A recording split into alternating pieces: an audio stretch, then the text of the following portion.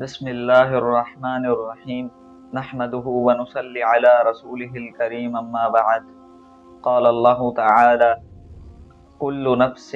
ذائقة الموت وقال رسول اللہ صلی اللہ علیہ وسلم الکیس من دان نفسه وعمل لما بعد الموت صدق اللہ وصدق رسولہ النبی الکریم۔ قرآن پاک کی آیت کا ترجمہ یہ ہے کہ ہر جاندار کو موت کا مزہ چکھنا ہے، اور حدیث شریف کا مفہوم یہ ہے کہ عقل مند شخص وہ ہے جو اپنے نفس کو اپنے تابع بنا لے، اور عاجز شخص وہ ہے جو اپنے نفس کی خواہشات پر چلتا ہو اور اللہ تعالیٰ سے مغفرت کی امید رکھتا ہو۔ موت کے بعد کی تیاری کرنا، یہ ایک ایسا عنوان ہے جو ہر مسلمان کے ذہن میں مستحضر رہنا چاہیے، کیونکہ ہر شخص جانتا ہے کہ اسے ایک دن یہاں سے رخت سفر باندھنا ہے، اور جو بھی یہاں آیا وہ ہمیشہ کے لیے یہاں نہیں رہا،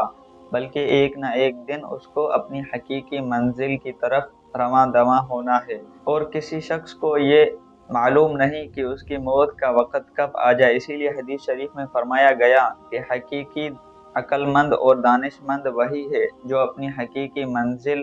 اور ہمیشہ کی زندگی کے لیے تیاری کرے اور نیک اعمال سے اس زندگی کو بنا لے۔ اللہ تعالیٰ سے دعا ہے کہ اللہ تعالیٰ ہمیں بھی ایسا ہی عقل مند بنائے کہ ہمیں موت کے بعد کی تیاری کرنے کی توفیق عطا فرمائے۔